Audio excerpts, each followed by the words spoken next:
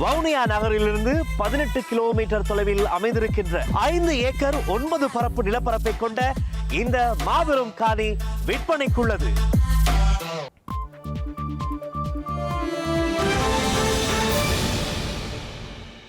வணக்கம். இது ஐபிசி தமிழின் இரவு நேர பிரதான செய்திகள். முதலில் தலைப்புச் செய்திகள்.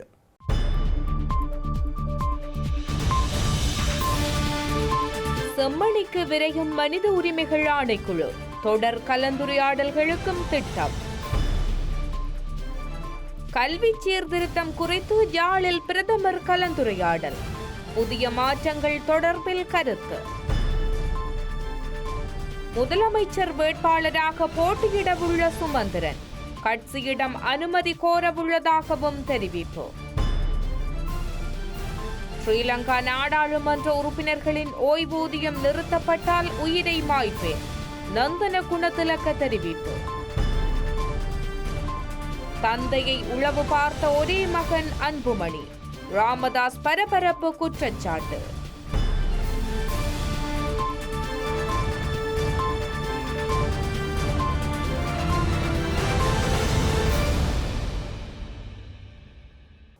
இனி விரிவான செய்திகள். இலங்கை மனிதுரிமைகள் ஆணைக்குழு எதிர்வரும் ஆகஸ்ட் 4ஆம் தேதி யாழ்ப்பாணம் செம்மணி சிந்துபாத் மனித புதைகுழி பிரதேசத்தை பார்வையிடுவதற்கு தீர்மானித்துள்ளதாக இலங்கை மனிதுரிமைகள் ஆணைக்குழுவின் யாழ் பிராந்திய பணிப்பாளர் டி கனகராஜ் தெரிவித்துள்ளார். இலங்கை மனிதுரிமைகள் ஆணைக்குழுவின் 3 ஆணையாளர்கள் மற்றும் 2 பணிப்பாளர்களுடன் யாழ்ப்பாண பிராந்திய அலுவலர்கள் அடங்கிய குழுவினர் இந்த பிரதேசத்திற்கு விஜயம் மேற்கொள்ள உள்ளதாக ஆணைக்குழுவின் யாழ் பிராந்திய பணிப்பாளர் டி கனகராஜ் தெரிவித்துள்ளார். அவர்கள் செம்மணி மனித புதைகுழி அகழ்வு நடவடிக்கைகளில் ஈடுபட்டுள்ள தரப்பினருடனும் கலந்துரையாடல்களை மேற்கொள்ள உள்ளதாகவும் டி கனகராஜ் தெரிவித்துள்ளார்.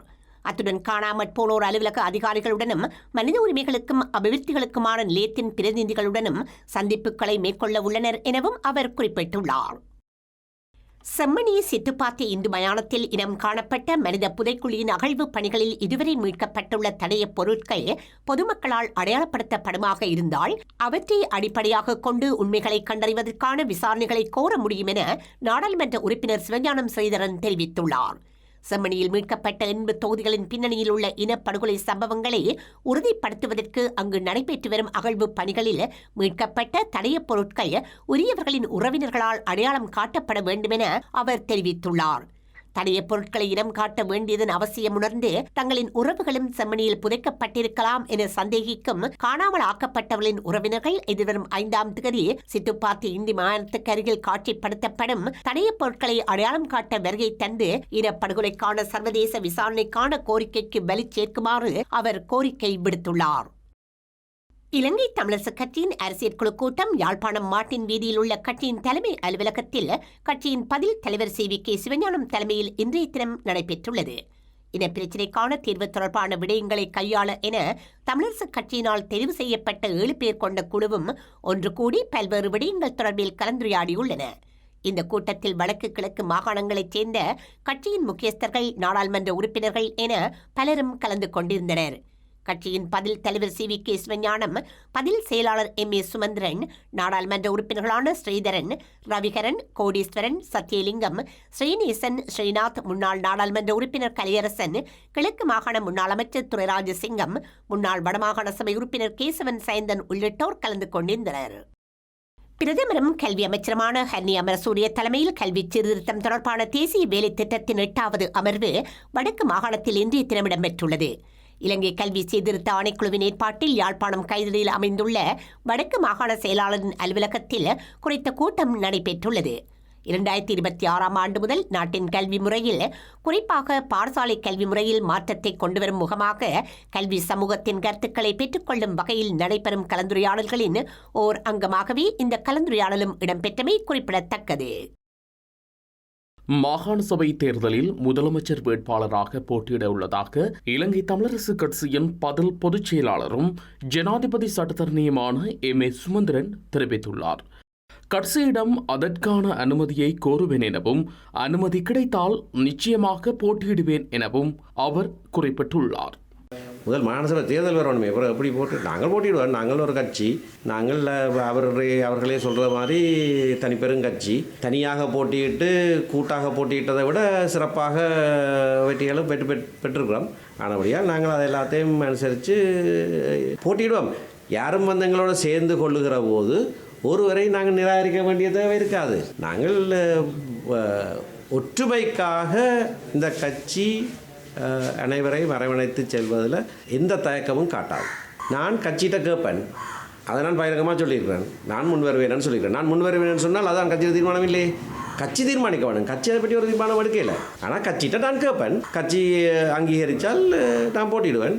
கட்சி இல்லை, இதை விட சிறப்பான இன்னொரு வேட்பாளர் இருக்கிறாருன்னு சொன்னால் அது கட்சி தீர்மானம் தான் என்னுடைய தீர்மானமாக இருக்கும். அதில் எந்த காலத்திலையும் எந்த விதமான சந்தேகமும் இருக்காது. கட்சி ஒரு தீர்மானத்தை எடுத்தால் அதுதான் எங்கள் ஒவ்வொருவருடைய தீர்மானமாகவும் இருக்கும்.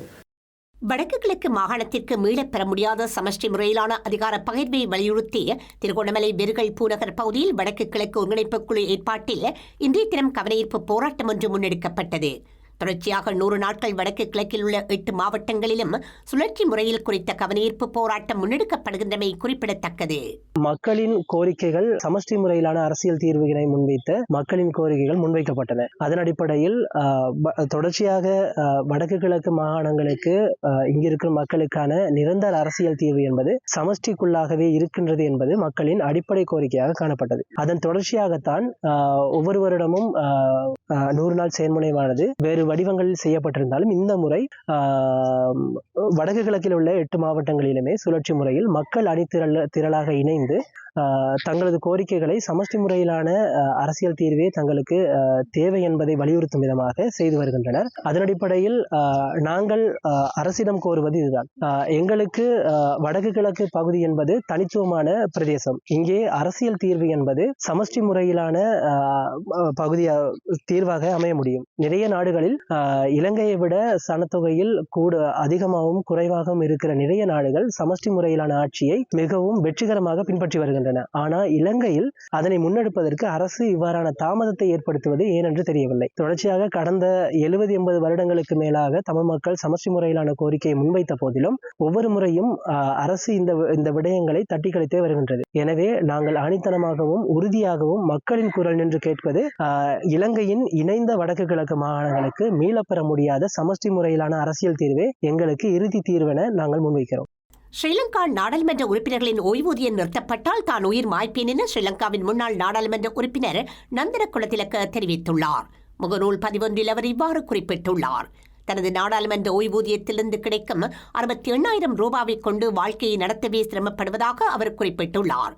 வாடகை, மின்சார கட்டணம், தண்ணீர் கட்டணம் மற்றும் மருந்துகளுக்கு பணம் செலுத்திய பின்னர் ஏனைய செலவுகளுக்கு ஒரு நாளைக்கு சுமார் 700 முதல் 800 ரூபாய் மட்டுமே தன்னிடம் உள்ளதாகவும் சுட்டிக்காட்டியுள்ளார். தன்னை போலவே ஜேவிபி, ஐதேகா மற்றும் தமிழ் கூட்டணியைச் சேர்ந்த முன்னாள் நாடாளுமன்ற உறுப்பினர்கள் என 200க்கும் மேற்பட்டோர் உள்ளனர் எனவும் அவர் தெரிவித்துள்ளார். புதிய சட்டமூலத்தில் எந்த இடத்திலும் முன்னாள் ஜனாதிபதிகளின் ஓய்வூதிய கொடுப்பனவை ரத்து செய்வதாக குறிப்பிடப்படவில்லை என இலங்கை மனிதுரிமைகள் ஆணைக்குழுவின் முன்னாள் தலைவர் பிரதீபா மகாநாமகேவா தெரிவித்துள்ளார். கொழும்பில் நடைபெற்ற ஊடகவியலாளர் சந்திப்பின் போது அவர் இவ்வாறு தெரிவித்துள்ளார். முன்னாள் ஜனாதிபதிகளுக்காக ஒதுக்கப்படும் நிதி திரைசேரிக்கு பாரிய சுமையாக இருப்பதால் அதனை முகாமைத்துவம் செய்யும் நோக்கில் இந்த சட்டம் மூலம் கொண்டுவரப்பட்டுள்ளது என்று இலங்கை மனிதுரிமைகள் ஆணைக்குழுவின் முன்னாள் தலைவர் தெரிவித்துள்ளார். முன்னாள் ஜனாதிபதிகளுக்கு வழங்கப்பட்ட உத்தியோகபூர்வ இல்லங்கள் மற்றும் முன்னாள் ஜனாதிபதியின் விதவையான மனைவிக்கு வழங்கப்பட்ட உத்தியோகபூர்வ இல்லங்கள் இந்த சட்டமூலத்தின் ஊடாக மீளப்பெறப்பட உள்ளதாக அவர் தெரிவித்துள்ளார்.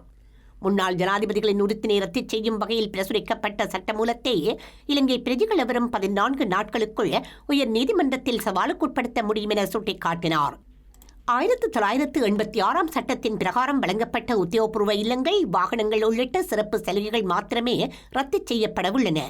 ஆகவே இந்த சட்டம் 1978 ஆண்டு 36 இலக்க சட்டத்துடன் முரண்படாது என குறிப்பிட்டுள்ளார்.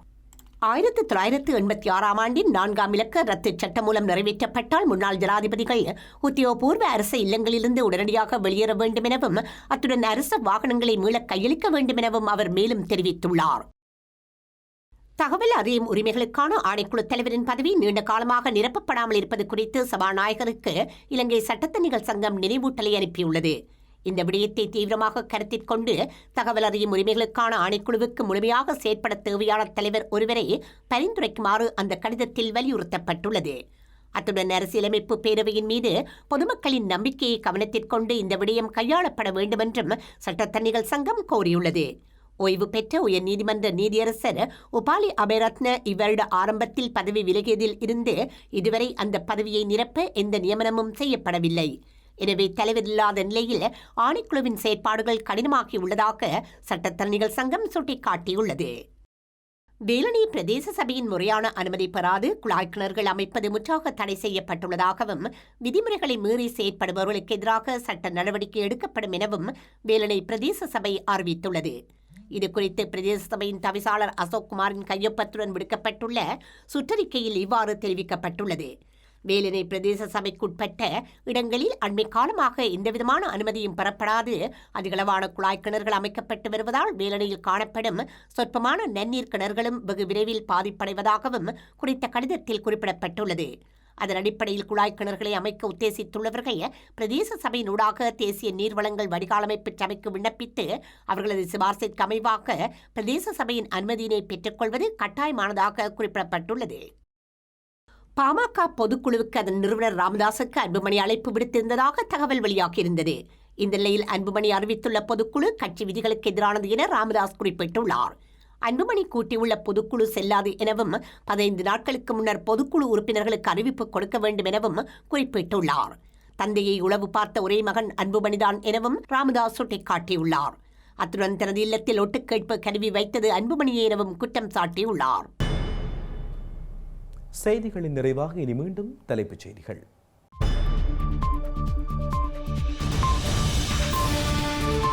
செம்மணிக்கு விரையும் மனித உரிமைகள் ஆணைக்குழு, தொடர் கலந்துரையாடல்களுக்கும் திட்டம். கல்வி சீர்திருத்தம் குறித்து யாழில் பிரதமர் கலந்துரையாடல், புதிய மாற்றங்கள் தொடர்பில் கருத்து. முதலமைச்சர் வேட்பாளராக போட்டியிடவுள்ள சுமந்திரன் கட்சியிடம் அனுமதி கோரவுள்ளதாகவும் தெரிவிப்பு.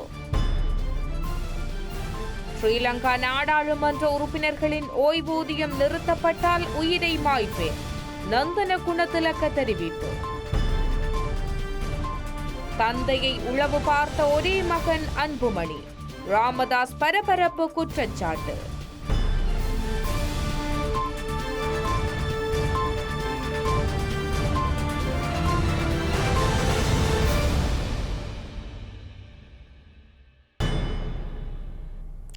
இத்துடன் ஐபிசி தமிழின் இரவு நேர பிரதான செய்திகள் நிறைவடைகின்றன. உடனுக்குடன் செய்திகளை அறிந்து கொள்ள ibctamil.com என்ற எமது இணையதளத்தை பார்வையிடுங்கள். வணக்கம்.